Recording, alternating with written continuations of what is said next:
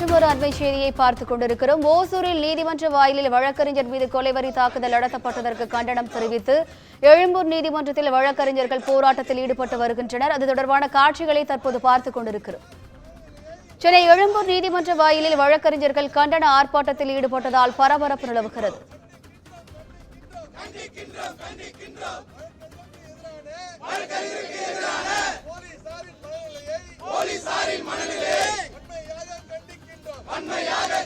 சென்னை எழும்பூர் நீதிமன்ற வாயிலில் வழக்கறிஞர்கள் கண்டன ஆர்ப்பாட்டத்தில் ஈடுபட்டதால் பரபரப்பு நிலவுகிறது.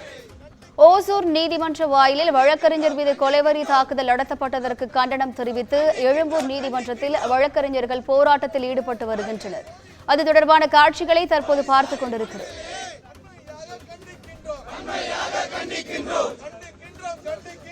ஓசூரில் நீதிமன்ற வளாகத்தில் வழக்கறிஞர் தாக்கப்பட்டதற்கு கண்டனம் தெரிவித்து பல்வேறு இடங்களில் வழக்கறிஞர்கள் போராட்டத்தில் ஈடுபட்டு வந்தனர். இந்நிலையில் எழும்பூர் நீதிமன்றத்தில் வழக்கறிஞர்கள் தற்போது கண்டன ஆர்ப்பாட்டத்தில் ஈடுபட்டு வருகின்றனர்.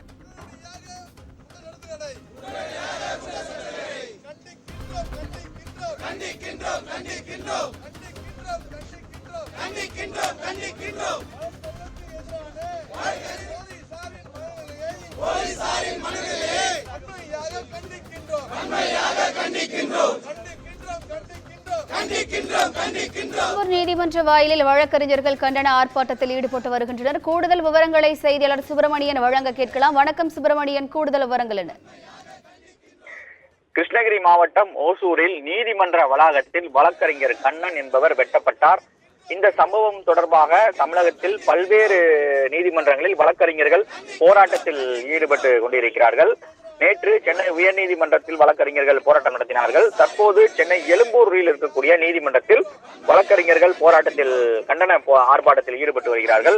குறிப்பாக இந்த சம்பவத்தை கண்டித்து வழக்கறிஞர்களுக்கு உரிய பாதுகாப்பை வழங்க வேண்டும் என்ற கோரிக்கையை வலியுறுத்தி இந்த ஆர்ப்பாட்டம் என்பது நடத்தப்பட்டிருக்கிறது. சென்னை எழும்பூர் நீதிமன்ற வழக்கறிஞர் சங்க தலைவர் துரைக்கண்ணு தலைமையில் இந்த ஆர்ப்பாட்டம் என்பது நடத்தப்பட்டிருக்கிறது. கிட்டத்தட்ட நீதிமன்ற வாயிலில் ஒன்று கூடிய வழக்கறிஞர்கள் தமிழகம் முழுவதும் வழக்கறிஞர்களுக்கு உரிய பாதுகாப்பு வழங்க வேண்டும், அதற்கான உத்தரவு பிறப்பிக்கப்பட வேண்டும், அதனை அரசு உறுதிப்படுத்த வேண்டும் என்ற கோஷங்களை எழுப்பியபடி அவர்கள் எழும்பூர் நீதிமன்ற வாயிலில் கண்டன ஆர்ப்பாட்டத்தில் ஈடுபட்டார்கள். இந்த ஆர்ப்பாட்டம் காரணமாக எழும்பூர் நீதிமன்றத்தில் இருக்கக்கூடிய சாலையில் சிறிது நேரம் போக்குவரத்து நெரிசலும் ஏற்பட்டது. வழக்கறிஞர்கள் ஆர்ப்பாட்டம் காரணமாக கிட்டத்தட்ட 50க்கும் மேற்பட்ட போலீசார் நீதிமன்ற வாயிலில் பாதுகாப்பு பணியில் ஈடுபட்டனர். கூடுதல் விவரங்களுக்கு நன்றி சுப்பிரமணியன்.